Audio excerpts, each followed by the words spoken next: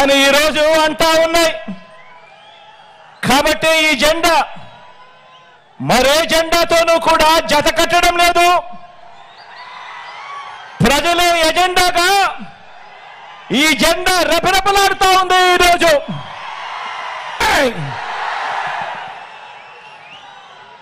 పేదలందరి ఇంటింటి అభివృద్ధికి అడ్డుపడతా ఉన్న ఈ దుష్ట చతుష్టయాన్ని చిత్తుగా ఓడించే ఎన్నికల సమరంలో పాంచజన్యం పూరించడానికి శ్రీకృష్ణులైన మీరంతా కూడా సిద్ధమేనా అని అడుగుతా ఉన్నాను.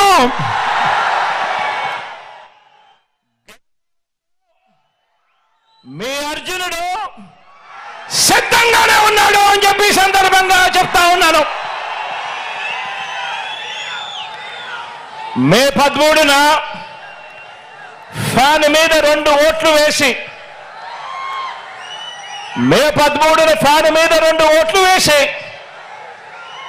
మరో 100 మందికి చెప్పి వేయించి మనందరి పార్టీని కూడా గెలిపించడానికి, అభివృద్ధి నిరోధకులను, పేదల వ్యతిరేకులను ఓడించడానికి మీరంతా కూడా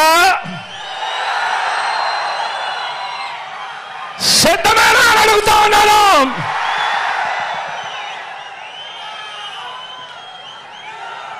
ఎన్నికలు జరగబోతా ఉన్నాయి. మరో 48 రోజుల్లో ఎన్నికలు జరగబోతా ఉన్నాయి. గెలిపే లక్ష్యంగా మనందరం కూడా అడుగులు వేయాలి. మనకు పోటీగా ఉన్నది అబద్ధాలు చెప్పేవాళ్ళు, మోసాలు చెప్పేవాళ్ళు, అవలీలగా కుట్రలు చేసే కూటమి మనకు ప్రత్యర్థులుగా ఉన్నారు.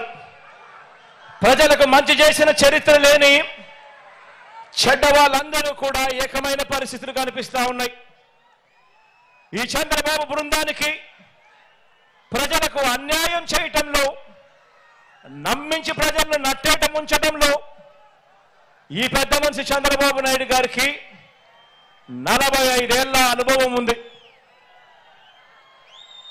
ఎందులో అనుభవం ఉంది అనంటే మోసాలు చేయడంలోనూ, అబద్ధాలు చెప్పడంలోనూ, వెన్నుపోట్లు పడవడంలోనూ, కుట్రలతో కుతంత్రాలలోనూ 45 ఏళ్ల అనుభవం ఉంది పెద్ద మనిషికి.